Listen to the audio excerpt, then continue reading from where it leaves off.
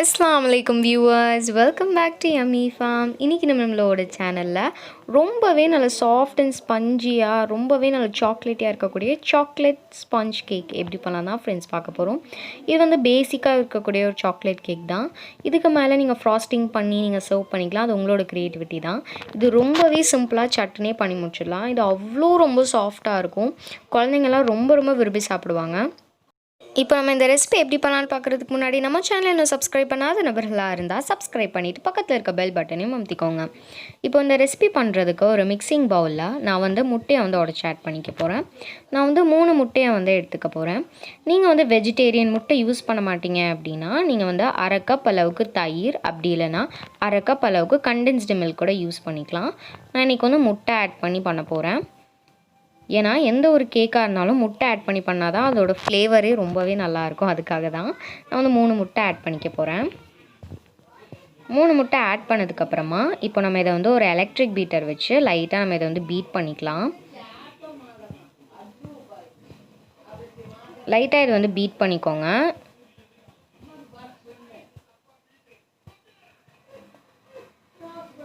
நம்ம ஆல்ரெடி நம்ம சேனலில் இட்டாலியன் ஸ்பஞ்ச் கேக் பண்ணியிருந்தோம் இல்லையா, அதே மெத்தட் தாங்க இது. இப்போ நம்ம இதை லைட்டாக வந்து பீட் பண்ணதுக்கப்புறமா நம்ம இதில் வந்து சுகர் வந்து ஆட் பண்ணிக்கலாம். நான் வந்து 2/3 கப் அளவுக்கு சுகர் வந்து எடுத்திருக்கேன். இப்போ இதையும் ஆட் பண்ணிவிட்டு ஒரு எலக்ட்ரிக் பீட்டர் வச்சு நல்லா நம்ம இதை வந்து பீட் பண்ணணும். நல்ல ஒரு ஃப்ளஃபி அண்ட் க்ரீமியான ஒரு கன்சிஸ்டன்சி வர வரைக்கும் பீட் பண்ணிக்கலாம். இதோட கலரே சேஞ்ச் ஆகி கம்ப்ளீட்டாக ஒயிட் கலருக்கு வந்து நல்ல ஒரு ஸ்டிஃப் பீக் வந்து வரும். அது வரைக்கும் இதை நம்ம வந்து பீட் பண்ணிக்கலாம். நல்ல ஃப்ளஃபியான ஒயிட் கன்சிஸ்டன்சிக்கு இது வந்து வரும் பாருங்கள். இதோ இந்த மாதிரி பாருங்கள், இவ்வளோ நல்ல ஃப்ளஃபி அண்ட் ஒயிட் கன்சிஸ்டன்சிக்கு வந்திருக்க பாருங்கள். கலரே சேஞ்ச் ஆகிடுச்சு கம்ப்ளீட்டாக.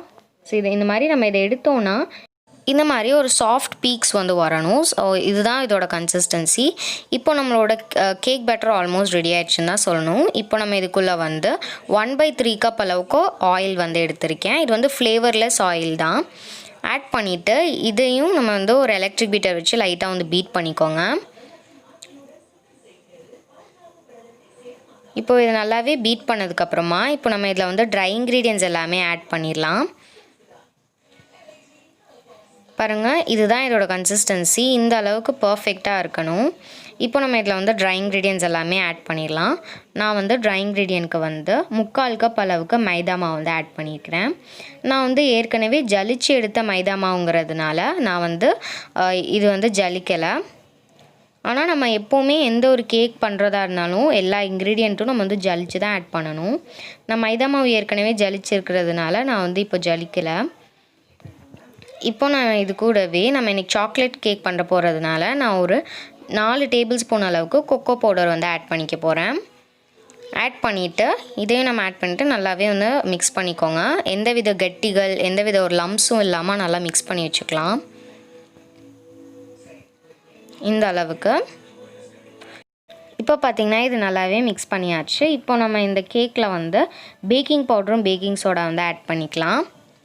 நான் வந்து 1 டீஸ்பூன் அளவுக்கு பேக்கிங் பவுடர், 1/2 டீஸ்பூன் அளவுக்கு பேக்கிங் சோடா ஆட் பண்ணிவிட்டு இதையும் நம்ம இது கூடவே நல்லாவே சேர்த்து கலந்துக்க போகிறேன். ஏன்னா பேக்கிங் பவுடரும் பேக்கிங் சோடா தான் எந்த ஒரு கேக்குக்கும் நல்லா சாஃப்ட் அண்ட் ஸ்பஞ்சியான ஒரு டெக்ஸ்சர் அண்ட் அதோட ஒரு டேஸ்ட் வந்து கொடுக்கும். அதுக்காக தான் ஆட் பண்ணிவிட்டு நம்ம எப்போவுமே மிக்ஸ் பண்ணும்போது இதே மாதிரி ஒரே டைரெக்ஷனில் தான் மிக்ஸ் பண்ணணும். அப்போ தான் அது நம்மளோட கேக் வந்து சாஃப்டாக இருக்கும்.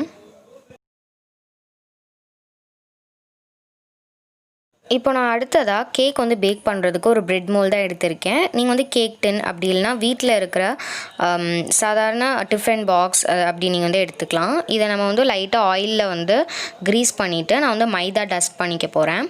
நீங்கள் வந்து மைதா பட்டர் பேப்பர் இருந்துச்சுன்னா நீங்கள் பட்டர் பேப்பர் கூட ஆட் பண்ணிக்கலாம். ஆனால் நான் இன்றைக்கி வந்து மைதா வந்து டஸ்ட் பண்ணியிருக்கேன். பட்டர் பேப்பர் இல்லாதவங்க இந்த மாதிரி மைதா டஸ்ட் பண்ணிக்கலாம். அதுக்காக தான் நான் வந்து காமிக்கிறேன். இந்த மாதிரி தான் டஸ்ட் பண்ணணும். டஸ்ட் பண்ணதுக்கப்புறமா நம்ம இதுக்குள்ளே நம்மளோட கேக் பேட்டர் ஆட் பண்ணிவிட்டு லைட்டாக இந்த மாதிரி தட்டி விட்டுக்கலாம். அப்போ ஏதாவது ஏர் பபிள்ஸ் இருந்துச்சுன்னா அது வந்து வெளியில் வந்துடும். இப்போது நம்ம கேக் பேக் பண்ணுறதுக்கு நான் ஒரு பெரிய கடாயை எடுத்திருக்கேன். அதில் ஒரு லேயர் அளவுக்கு சால்ட் ஆட் பண்ணிவிட்டு மேலே தூக்கி வைக்கிறதுக்கான ஒரு ஸ்டாண்டு வச்சுட்டு நம்ம இதை ஒரு 10 நிமிஷம் போல் ப்ரீஹீட் பண்ணிடலாம். இப்போது கடாய் ரொம்பவே நல்லா ப்ரீஹீட் ஆயிடுச்சு. இப்போ ப்ரீஹீட்டான இந்த கடாய்க்குள்ளே நம்மளோட கேக் டின் வச்சுட்டு இப்போ நம்ம இதை வந்து மூடி போட்டு மூடி ஏர் வந்து வெளியில் வராமல் இருக்கிறதுக்காக மேலே ஒரு வெயிட் வந்து வச்சுருக்கேன். வச்சுட்டு நம்ம இதை வந்து ஒரு 30லேருந்து 40 நிமிஷம் போல் நம்ம இதை வந்து பேக் பண்ணிடலாம். நீங்கள் இதை வந்து ஒரு குக்கரில் கூட பண்ணலாம். குக்கரில் வந்து பேக் பண்ணுறீங்க அப்படின்னா விசில் கேஸ்கெட் எதுவுமே யூஸ் பண்ணக்கூடாது. இப்போ அது பேக் ஆகட்டும்.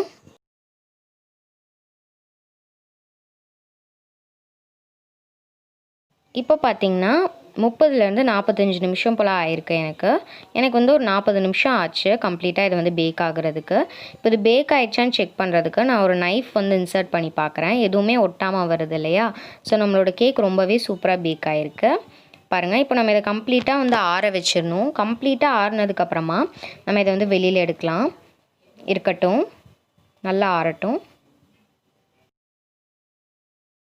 இப்போ பார்த்தீங்கன்னா இது நல்லாவே ஆறியாச்சு. இப்போ நான் இதை வந்து வெளியில் எடுக்கிறதுக்கு முதல்ல நைஃப் வச்சு இந்த மாதிரி கார்னர்ஸ் எல்லாமே கட் பண்ணிக்க போகிறேன். அப்போ தான் நம்ம வெளியில் எடுக்கிறதுக்கு ரொம்பவே வந்து ஈஸியாக இருக்கும். லைட்டாக ஒரு நைஃப் வச்சு அந்த கார்னர்ஸ் இது பண்ணிவிட்டு நம்ம இதை அப்படியே வந்து கவுத்திட்டோம் அப்படின்னா இந்த மாதிரி கரெக்டாக இந்த மாதிரி பர்ஃபெக்டாக வந்துடும் பாருங்கள். நான் அமுத்தி காமிக்கிறேன். எவ்வளோ நல்லா சாஃப்ட் அண்ட் ஸ்பஞ்சியாக இருக்குது பாருங்கள். ரொம்பவே சாக்லேட்டியாக இருக்கும். இப்போ நான் இதை வந்து கட் பண்ணி காமிக்கிறேன் பாருங்கள். ரொம்பவே ஈஸியாக வந்து நைஃப் உள்ளே போகுது பாருங்கள். ரொம்ப நல்லா சாஃப்டாக இருக்குது. இப்போ நான் இதை வெளியில் எடுத்து காமிக்கிறேன் பாருங்கள். டவுன் லேயர் கம்ப்ளீட்டாக ரொம்ப நல்லா சாக்லேட்டியாக இருக்குது.